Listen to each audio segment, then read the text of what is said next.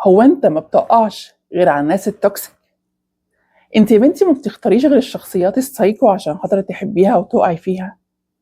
كلمة بنسمعها كتير ولوم على طول بيتقال من غير ما نفهم ايه ورا الحكاية وايه السبب في اختياراتنا المتكررة لنفس أنماط الشخصية ونفس الطبيعة البشرية في كل مرة بنقع فيها في الحب أو بنختار.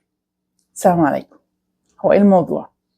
احنا غاويين وجع قلب ولا ايه اللي بيخلينا دايما نختار الناس الغلط؟ ايه اللي بيخلينا دايما نختار الناس اللي بتأذينا؟ الناس اللي بتتفنن ان هي تكسر فينا، تقلل منا، تضيع كل ثقتنا في نفسنا.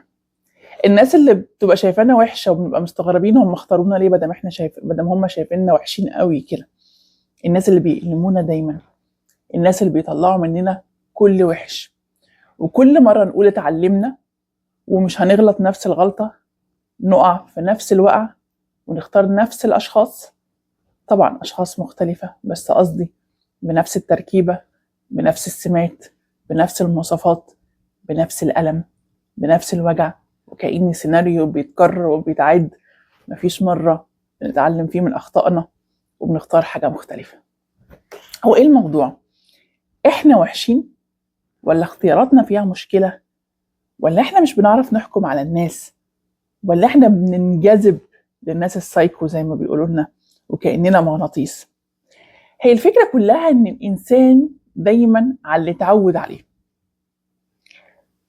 فأنت اتعودت على شيء أو نمط معين، بتبقى حاسس إن هو ده الصح وهو ده الطبيعي، وبين تو براكتس أو ما بين قوسين هو ده الأمان، هو ده اللي هينجيك، هو ده اللي هيحسسك إن أنت مطمن، هو ده الطبيعي. هو إيه يعني الغريب في إن أنا أختار شخصية زي ده؟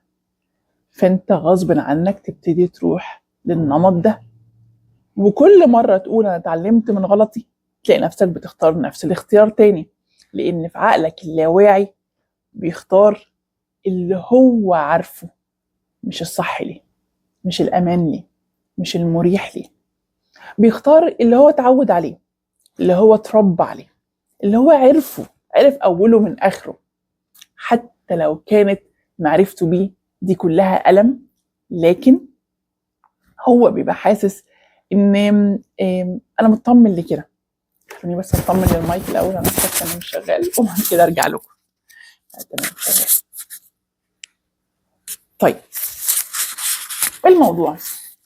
الموضوع ببساطة شديدة إن اللي اتربى على الحب المشروط بيبقى متخيل إن هو ده الطبيعي وإن كل الناس بتحب حب مشروط.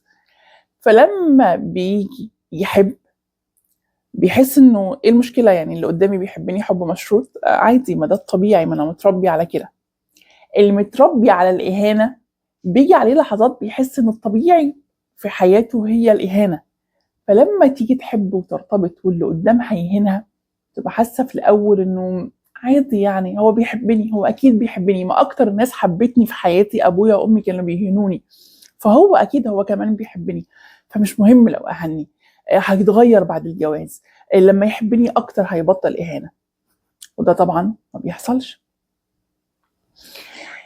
اللي بيتربى على عطاء ملوش حدود لدرجه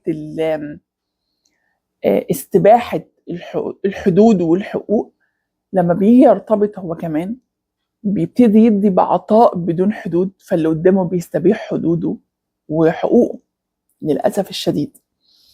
ولما بيتألم بشدة قرار انه يبعد ده بيبقى صعب جدا، لانه هو صغير ما قدرش يبعد، وهو صغير كانت العلاقة حتمية ما بين الأب والأم والطفل. البعاد من الأب والأم ده شيء شبه مستحيل. فلما بيكبر بيتخيل إن كل العلاقات حتمية كده، فلما تيجي تشتغل معاه وتقول له أنت محتاج تسيب، محتاج تبعد، محتاج تتعافى، ده بياخد خطوة صعبة جدا جدا عشان يقدر ياخد خطوة زي كده. بس للأسف لما يجي بعد رحلة تعافي طويلة وألم شديد، لما بيجي يبعد اللي بيحصل تلاقيه بعد شوية وقع نفس الوقعة مع شخصية جديدة بنفس المواصفات. لو حد مش فاهم هيرمي طوبتك، يقول مفيش فايدة فيه، خليه بقى يشرب، هو يستاهل. بس لو حد فاهم هيشفق عليك ويعرف قد ايه انت مريت بطفولة صعبة او بتجارب صعبة، هي اللي خلتك الشخصية دي، وهي اللي خلتك تدور على الأمان في الحاجة اللي انت عارفها ومجربها وعشرتها. طيب أنا محتاج إيه؟ محتاج إن أنا لما أقفل تجربة أتعافى منها بجد، ما أخشش تجربة جديدة قبل ما أتعافى. محتاجة أفهم مصادر الألم في حياتي شكلها عامل إزاي، عشان خاطر مخي ما يترجمش إن الألم ده هو الأمان الطبيعي اللي أنا عايش فيه. لا، مخي يترجم إن ده ألم، يعني ألم أنا مريت بيه، محتاجة أتعافى منه، محتاجة أبطله، محتاجة إن أنا ما أكررهوش في حياتي في قصة جديدة. محتاجة أعرف قيمة نفسي، أشتغل شوية على الاستحقاق، أعرف قيمة نفسي.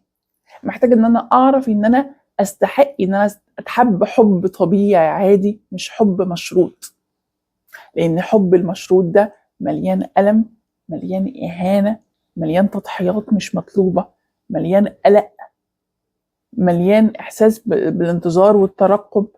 وأنا ما ينفعش أقضي حياتي كلها بالإحساس ده والمشاعر دي.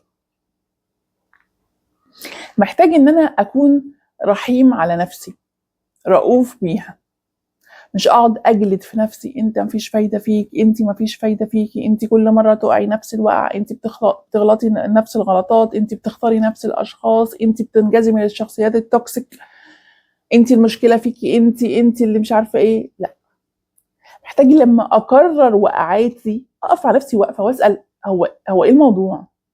أنا ليه بقع كل مرة نفس الوقعة؟ أنا ليه كل مرة بختار نفس الأشخاص؟ أنا إيه اللي بيجذبني في الأشخاص الناحية التانية؟ وابتدي أشوف إن أنا بحاول أدور على حاجة تطمني، فعقلي بتفكيره المحدود بيدلني إن هو ده اللي هيطمني، لأن هو ده يا ابن الحلال اللي إحنا عارفينه، فخلينا في اللي نعرفه ونبعد على ما نعرفوش. محتاجة يبقى عندي شجاعة اختيار الجديد، لأن الجديد اللي معرفوش لعل يكون هو فيه الطمأنينة والأمان اللي أنا بدور عليه. أكسر الدايرة المغلقة اللي أنا عمال ألف فيها. تاني لأن النقطة دي مهمة جدا. أدي لنفسي الاستحقاق اللي أنا محتاجه واللي أنا أستحقه في حياتي، وأقول أنا أستاهل كل جميل، وأستاهل حاجة حلوة في حياتي، وأستاهل حب بجد. أنا مش قليل وأنا مش وحش، لا، أنا أستاهل بجد حاجة كويسة. حقيقي موضوع مهم وشائك جدا ومتكرر جدا في جلساتي معاكم،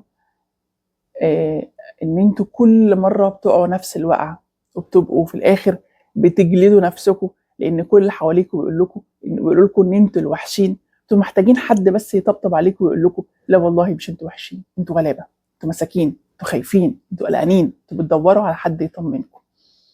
فارجوكم اكسروا الدايرة دهيت واخرجوا منها عشان تعرفوا تبتدوا بداية جديدة. اتمنى لو كان الفيديو عجبكم ان انتوا تعملوا لايك وكومنت، لان ده بيفرق جدا في انتشار القناه، لان هي واقعه جدا الفتره دي. واعملوا شير للفيديو مع شخصيه انتوا حاسين ان هي محتاجه تسمع الكلام ده، واكتبوا لي انتوا محتاجين نتكلم في ايه الفتره اللي جايه.